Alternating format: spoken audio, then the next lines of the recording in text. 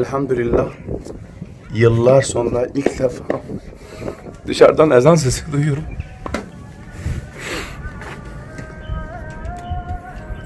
Elhamdülillah.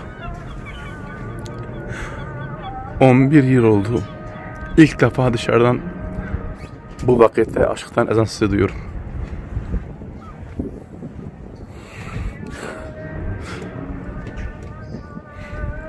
Elhamdülillah.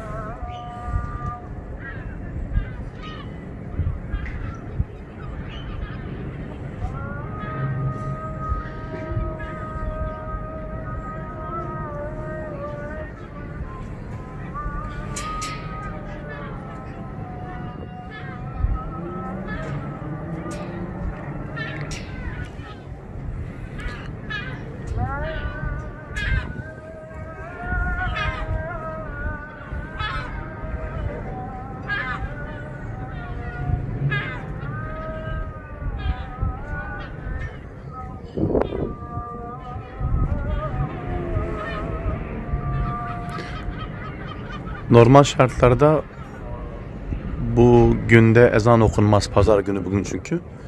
Bazı camilerde sadece cuma günleri, cuma namazında ezan okunmasına izin veriliyor.